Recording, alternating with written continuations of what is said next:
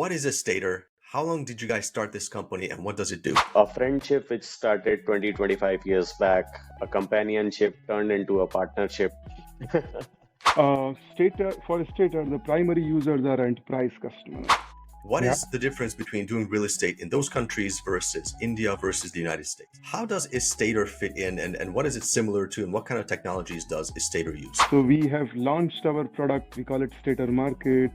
You can carry out, let's say, catchment analysis in flat 5 minutes. So this is our primary pitch to our customers, that we provide you the ability to have automated and updated reports all the time on all sectors of the market. What does the future hold for Estator? What are your plans for it? We understand the real estate market of India very well. It's a fast growing market with lots of potential for future. We expect to roll out our product in India also next couple of years' time.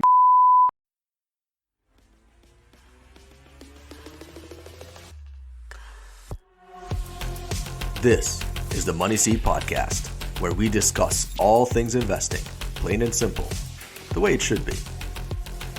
Please remember, this show is for educational and entertainment purposes only and is not intended to be investment advice. Welcome back to the Money Seed Podcast. My guest today is Sanjay Goyal and Roobesh from a company known as Estator. Estator operates in the Middle East, also known as the Gulf region, and they are doing real estate in the Middle East. Welcome to the show. Thank you, Gib. Thank you, Gib. Sanjay and Roobesh, tell me all about what is Estator, how long did you guys start this company, and what does it do? So Stater is in existence since 2018. Before that, in the previous avatar, we were known by a different name, doing real estate research and studies. And as part of that, we realized that the most important ingredient of any study, anything in real estate, is the availability of data. There is a bit of further background also, that in 2003 and 4, as a fresh graduate out of a B school in India, I started doing some economic research, and as part of that, I started tracking the US economy that time, 2003 and 4. And I wrote few reports, and that time the real estate was a hot subject, so I ended up writing something like 10 reports on real estate in US. And I recognized that there is a lot of data available from so many sources on real estate in US. And I wondered that why is that not the case in other countries? And that one question got stuck in my mind, that somehow this information gap in real estate needs to be solved for many countries. And I started discovering, experimenting some things on that side. And that's the way we started first as our business for advisory.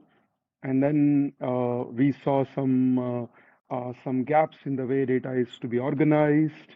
There was a lot of Excel files after Excel files after more Excel files, and one day I got enough of it. So I said that nothing doing any further. These things need to go into something which is a better thing. And what is that better thing? For that I called Roobesh. So that was very interesting, Sanjay.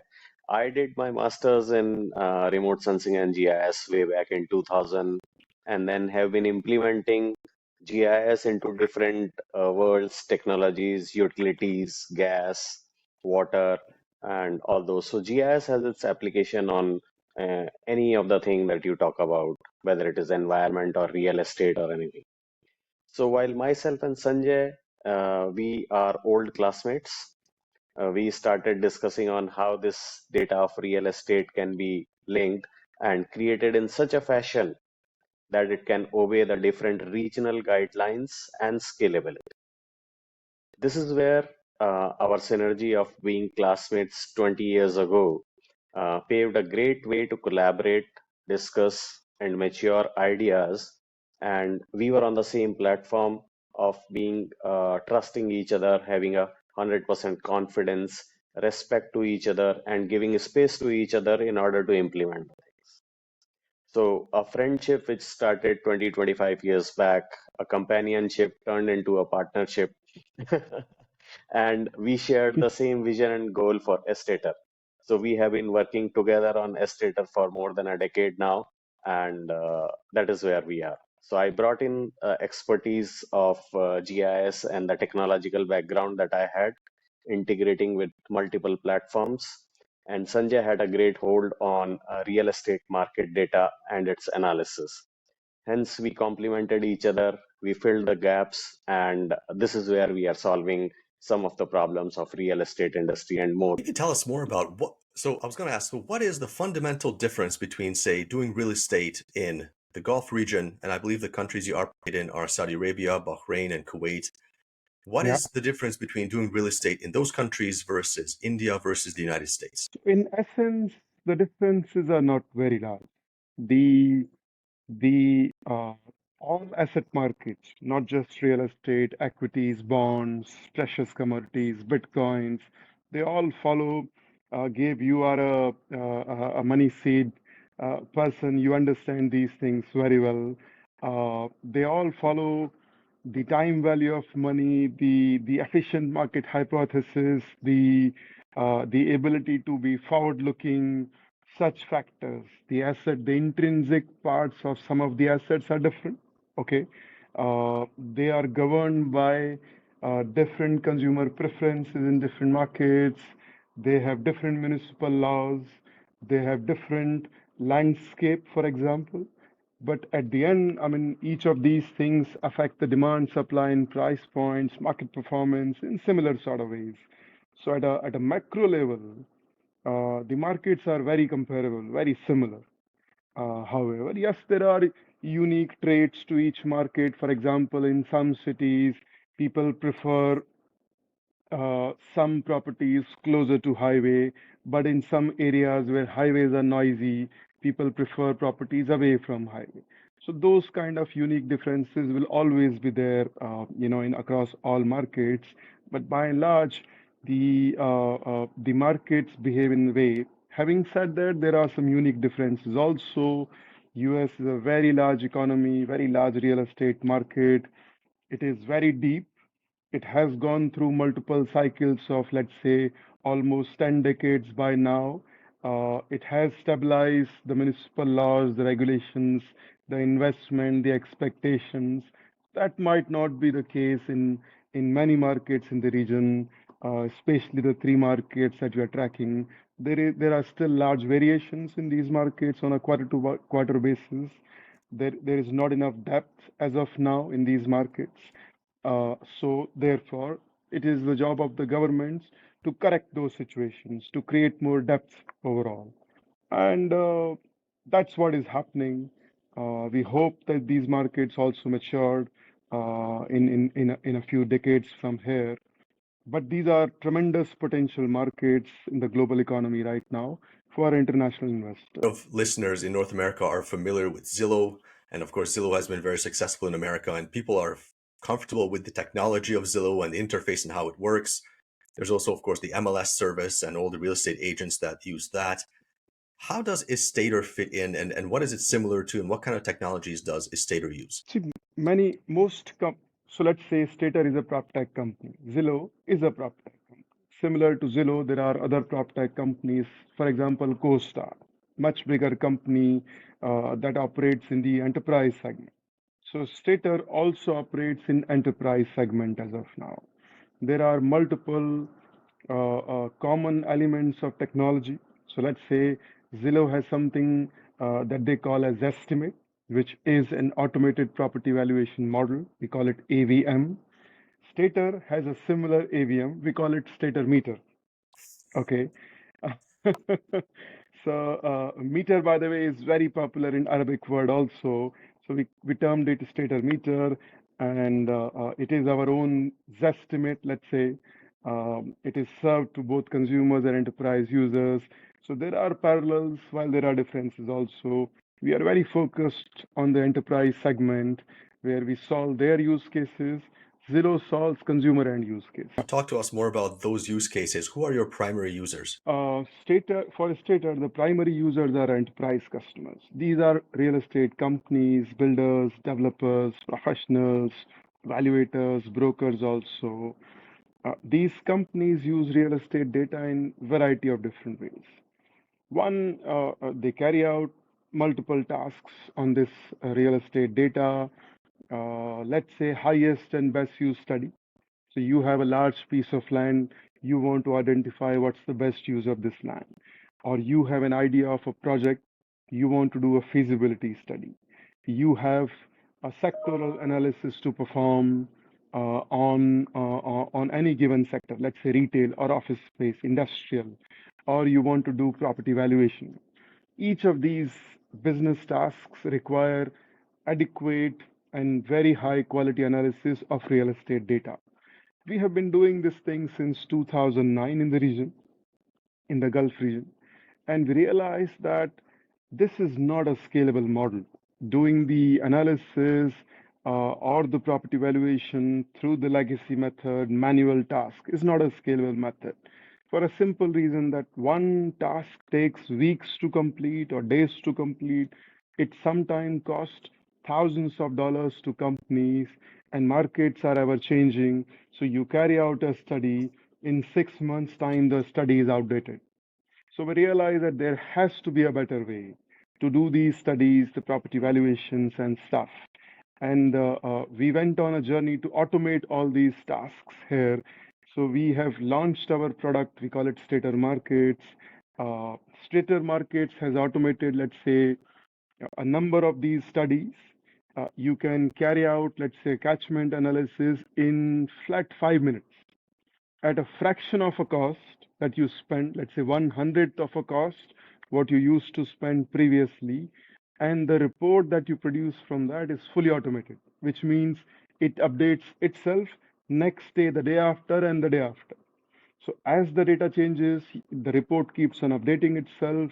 You don't have to go back to the consultant again to update the report.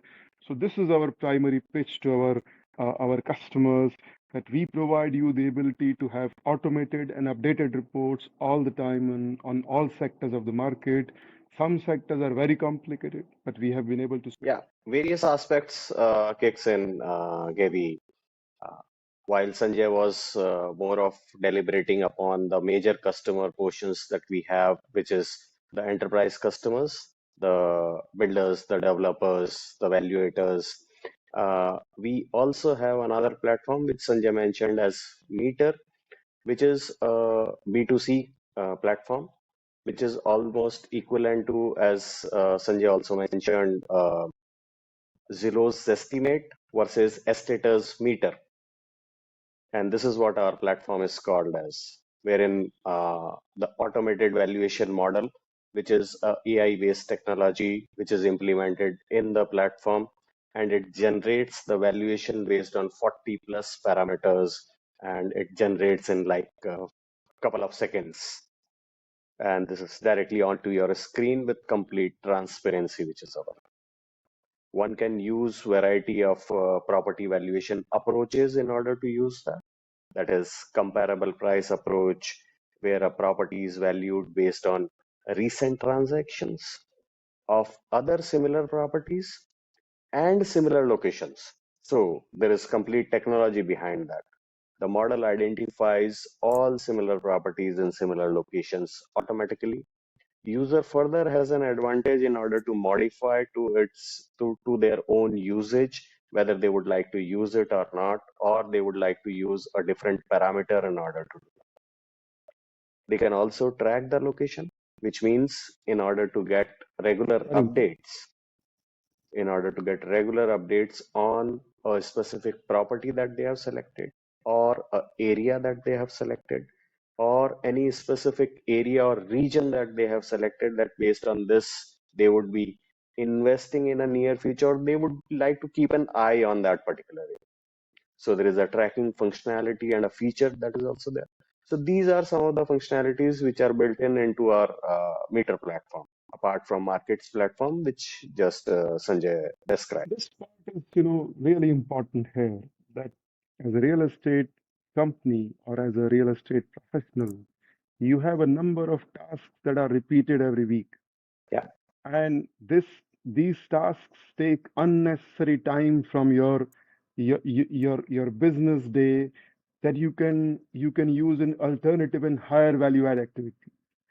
See, the machines, the greatest advantage of these machines and algorithms is that they are best as doing the repetitive tasks that you do every day, because they know exactly the algorithm that you need to follow, and therefore any repeat task you can simply delegate to machine and do something else which could make your business grow higher. So let's look at a typical use case, right? Let's say somebody in America wants to buy an investment property in Saudi Arabia, right? Let's say in Riyadh, Saudi Arabia. How would they use this platform? What information could they get? And look at the seller as well. If somebody in Riyadh is trying to sell a property True. to a potential investor, how would these two different parties use this platform? Maybe even the real estate agent would use it. And what would be the use case and what benefit would they get from using it? So typically, this is a very simple use case, and this is like one of the most common use cases in the market, where you have a subject property that is pitched to you to buy, let's say an income generating property. You go and you identify the property on the map on Stater Markets and draw a catchment around it. Let's say this catchment is about, you can draw any catchment, any rough diagram of an area of interest around the subject property, and every single property in that area of interest, the information about the type of units, the monthly rentals, the transaction value, the occupancy, the absorption, the demand, the socio-economic profile of the population, any historical changes can be pulled in a minute effectively. So you can do it with one property, or let's say 5 brokers have approached you with 5 properties. All what you have to do is to draw 5 catchments. Save all 5 catchments, all 5 reports onto the save 5 reports onto our platform, and that's it. And these reports, as I just explained, will be self-updated, which means that you can wait for the market to change after a month, after 3 months, and these opportunities will continue to be evaluated by the system on its own for you. And you can remain on top of these market trends and take a decision as and when the entry points are attractive to you. That's it. So your choice, your property, and your market within your particular catchment. And going forward, we will also be giving the comparison between, let's say, the example that Sanjay said, 5 different brokers, 5 different regions, 5 different properties. How do you compare them? That's a humongous task. Now, this is something which Estator solves. Amazing. How has the reception been? How long has Estator been open for general use, and what kind of user engagement are you seeing? What kind of growth are you seeing? Yeah. So Estator has been live for just about 4 weeks now. That is markets. In this, But Meter that's has been live for a long time live now. for a long time. Yeah. Absolutely.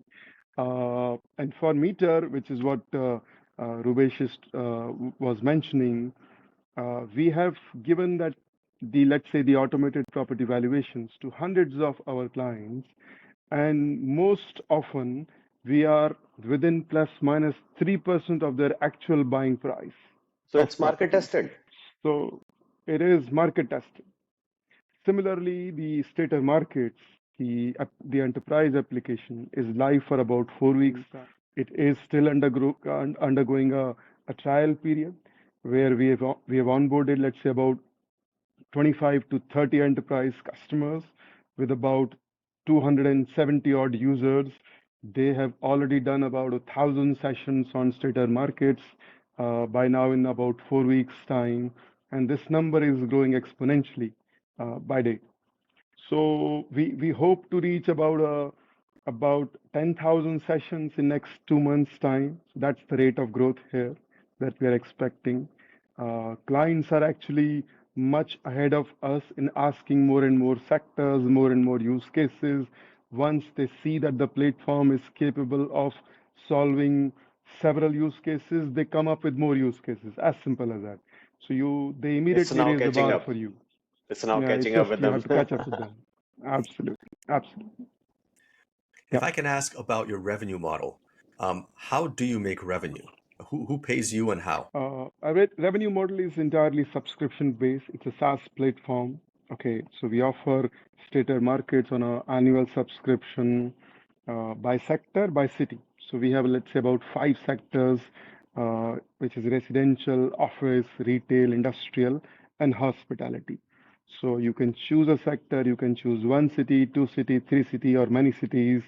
Uh, there is also active effort to create pay-as-you-go model, where let's say somebody wants to use Stater Markets to solve 2 use cases. So you only pay for 2 use cases and that's it. Okay, so there are both these models. However, it requires a bit of tracking ability, which is being developed as of now. So it's quite a flexible model for the users who would like to use it as pay as you go or a subscription model for a year or a 6 months or kind of stuff.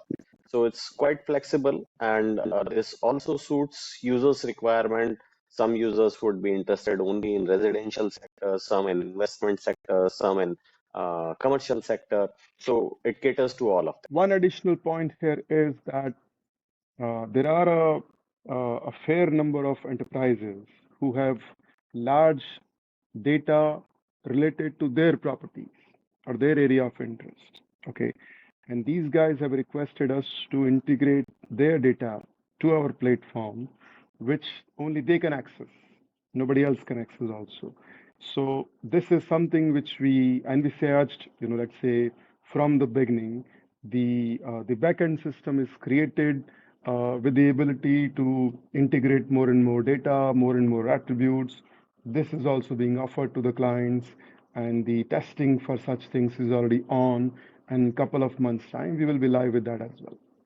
Absolutely. How has it been trying to get the data? I mean, I imagine you're operating in different countries. Every country has a different set of laws, different databases.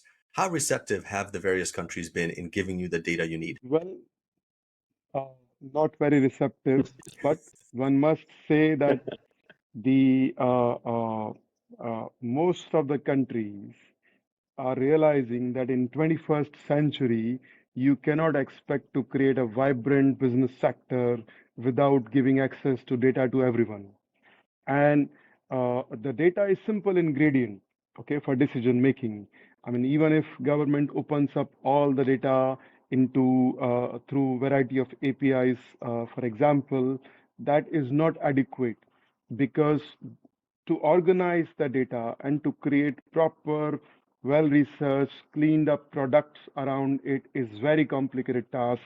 So let's say anytime a government decides to open up the data platforms, from that day onwards, it takes good 5 years to solve these different use cases and create a product around it. Fortunately, Saudi government is very progressive in their thinking now. They have opened up number of sectors, and all data, it's a very digitized economy and becoming more and more with every passing day. And the countries in the region, I mean, Saudi is a very large country that influences every other country in the region. So with the influence of Saudi, Bahrain is opening up, Oman is opening up, and Kuwait is slightly behind the curve, but we have very high hopes. Kuwait will catch up also very soon. So it's That almost leads like into the data is anyways available. It is kind of distributed. Somebody has to actually collect it, even if government does not open up, but it is available. And as in the 21st century, you cannot keep that data with you and go progressive. So governments are opening up, but still, as Sanjay rightly said, even if the data is made available, in order to put that domain knowledge and do an analysis and give True. you the right thing, right output, it takes certainly 5 years in order to understand and develop and give it to. So we are kind of 5 years ahead of that particular system. In here, each city is very unique. Uh, Within each city, each district is also unique. So, for Yeah. example, let's say you are comparing in two different districts a corner property. Now, a corner property, all of us, intuitively know that will have some premium compared to a non-corner property. But what is that premium? It's not same across districts, across cities. So for every machine learning model to understand the demand, the premium, the discounts attached to different attributes is a very iterative process. And the machine learning models need some time to learn. This is why it takes a bit of time. And anytime governments decide to open up data, there is a bit of time lag before the entrepreneurs will figure out the trends behind that and serve a good quality product. So you just launched a month ago. This is a very exciting time for you guys. Congratulations. Tell me, how long did it take to get here, and what does the future look like for Estator? So it took us a lifetime to reach here. But anyways, that aside, it takes about 3 to 4 years of hard effort to reach here from the day you can conceptualize these products. And another thing which is very unique about PropTech industry globally, PropTech is a very wide word here, is that the use cases in PropTech are still being created by entrepreneurs across the world. So fintech, let's say use cases are created, you now have reference points available across the world. You can create a new product in a new market very quickly because you have somebody who have traveled the entire distance. You have to follow the footsteps. In PropTech, there are no footsteps to follow. We are creating those footsteps as of now for others to follow. So therefore, our time is slightly longer at this stage, and we are happy to create those footsteps for future entrepreneurs in the coming. Always intrigued by the entrepreneurial process. So you mentioned it took about 4 years. Elaborate a little bit. How big was the team that got you to where you are today? What were some of the legal challenges you had to overcome? I imagine you're probably licensed as a business or corporation in numerous countries. Tell us more about, legally speaking, with permits, how long it took you to get here, and from the technology side, how big was the team, and how long did it take to develop the tool? Right. In 2018, we had 3 founders That's it. and 2 more guys. Maybe that's it. So about 5 guys in total. Out of 5, 3 are the founders of the company. That's the 2018. And the initial build-up is very slow, very painful, very slow. To reach 10 is a humongous task from 1 to 3, okay? And from there, we just kept our head down, kept working, and we basically just focused on development of concepts, ideas, product technology, and like what happens in all such cases, somebody knocks your door one day and asks you, "What are you developing? What exactly is your product?" And then they like the product that you are ready to serve. And then somehow the investors come together in 2022. We were able to raise $5 million through some close contacts that we had as clients before. And from there onward, we are about 120 guys in total. So from 3, 4, 5, we are now 120 in total across multiple geographies. Small legal issues, which are more prickly administrative troubles, absolutely they are painful to manage. But so far, I must say that most of these things were easily solved by government and by legal advisors without much of an issue. They just take time. That's about it. So they are frustrating, but these are not insurmountable problems, administrative side or legal So you side. It started was with it was about very interesting also to add that we also started like from home. So one corner of the home is where we used to work. So there was no day, there was no night.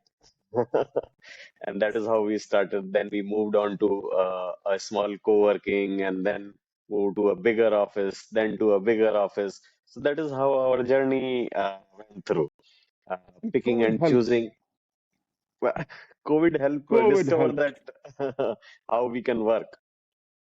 So COVID helped in multiple ways. That not just we were able to, let's say, have a work from home culture, and therefore, a lot of mental barriers were broken for us and also for the clients. because the entire real estate industry in the region learned to work online with online meetings, with use of technology. So previously, clients would only want to have a physical meeting, in-person meeting. Okay, come and meet us here. But now everyone is very comfortable with online meetings all of a sudden. So COVID helped a lot. Congratulations on your growth. I mean, it's amazing to go from 5 people to over 100 in what sounds like 6 years. What does the future hold for Estator? What are your plans for it? Well, we have three markets well covered now. Within these three markets, also there are multiple cities, three countries, multiple cities in Saudi, multiple cities in UAE is our next target. And then we understand the real estate market of India very well. It's a fast-growing market with lots of potential for future.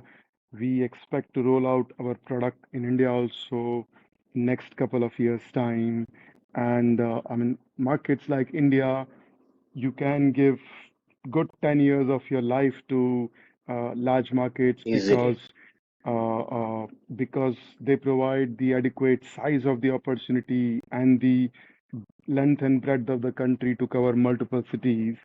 And these are our targets to go horizontal and vertical expansion.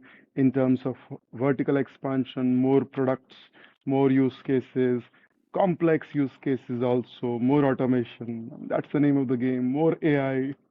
That's it. I mean, now we are saying that as a client, you come and draw a catchment. Okay, let's hope that you talk to the system. The system draws the catchment for you, hopefully soon. So none of this is fanciful idea. These are all things within a touching distance now for us. Amazing. Yeah, Implementing new congratulations again. technologies, Yeah. new technologies, vertical scaling and horizontal from the geographical perspective. All these are into the pipelines. We are doing a lot of R&D on the new technologies also, and gradually embedding them for the benefit of the users. Let's talk a little bit about the Gulf region and real estate in particular. For somebody who's not familiar with real estate in the Gulf region, if I want to invest in real estate there, and I'm used to investing in real estate in the United States, for example, and I'm talking to you, I say, hey, I'm thinking about investing in the Gulf region. What are some of the things that I should be aware of? What are some of the hottest cities, fastest growing regions? What would be your recommendation to me? Right. So let's say if you're investing as an individual in real estate, like buying houses or apartments or lands for investment in the region, then there are few cities, few countries that allow that for an investment in real estate. A few countries don't allow that. For example, Saudi Arabia, Kuwait they don't allow the international investors to invest in local real estate. Bahrain does, they allow. Dubai does, UAE does, Qatar does. So few countries, few cities you can invest as an international investor. However, even in Saudi Arabia and Kuwait, international companies can invest in real estate. So the enterprise investment is still permissible in these things through joint ventures, mergers. All these things are possible. These are fast evolving market. These are some of the fastest growing regions anywhere in the world. Saudi especially offers a lot of potential across sectors. It has a very young population, very fast growing economy, lots of strength due to large oil production and a very, let's say, vibrant and progressive leadership. Okay, so Saudi offers lots and lots of potential. UAE is Dubai, especially, or Abu Dhabi. These are also cities that are very attractive for international investors, both enterprises as well as individuals. Let's say in Saudi, you will find even from greenfield projects, uh, comfortably double-digit returns over 3 to 5 year period. Some of these locations may offer returns as high as 25, 27% also, because the market is still in infancy here. and these markets are very fast and rapidly expanding. So the income yields here on residential properties are about, let's say, 8 to 9%. And in case of commercial properties, these would be about 9 to 10% also. So these are attractive yields here. Good part about Saudi, Bahrain, UAE is that the currencies here are packed to US dollar, which means that the returns in local currencies is exactly the same return in US dollar as well. So which means there is no currency risk here. So this is a very promising area for international investors. Are there any underlying demographic or legal changes in the next 10, 20 years that would be good news for real estate? Demographic for sure, because it's a very young population. The share of, let's say, people below 30 will almost be 40 to 60% in different countries. So it's a very these are the economies with very wider growth potential going forward. These people, they get married and they get, they consume housing, retail, education, healthcare. Government is doing very active work to diversify economy into multiple sectors, such as tourism, such as technology, such as manufacturing also. Keep in mind that all these economies here, they are energy producing economies, which means the cost of energy production, electricity production is very low here, therefore very suitable areas for manufacturing. These industries have never been targeted before, and now there is there are active efforts to target manufacturing, especially in Saudi Arabia. I take an example of a company called Sear Motor. Okay, it is touted as the Tesla of the region here. They have fully electric cars, multiple brands, multiple models here by this company, which has just started operations. And if you go and check the kind of skills that they have on their board. And these are the guys from TCMC, from Taiwan, some serious entrepreneurs from China, from US, all the semiconductor behemoths have representation on the board of this company, and large, fully integrated in terms of end-to-end production cycle. So this is very promising for the region, that if they can target such complex technology, such complex niche, it augurs very well for the region from both sides. If somebody wants to find you guys on the internet, tell us, where can people find you, and where can people reach out to you directly? Well, it's pretty easy. We are Estator.com, Estater, very simple, 7 letters word, Estator.com. They can search on LinkedIn, on Instagram, on Twitter, X now, on directly on Google. We are everywhere. Thanks very much. I'll put that into the show notes. Roobesh and Sanjay, thank you very much for taking the time today. I really enjoyed this talk, and congratulations on your launch, on your growth. It sounds like you guys have an exciting future ahead of you. Thank you very very much, Gabe. Hey, thanks for joining us for another episode of the Money Seed Podcast. Please remember to click like and subscribe. It really helps spread the message to other investors, and it helps attract new viewers to the show. We appreciate your support. Thanks very much.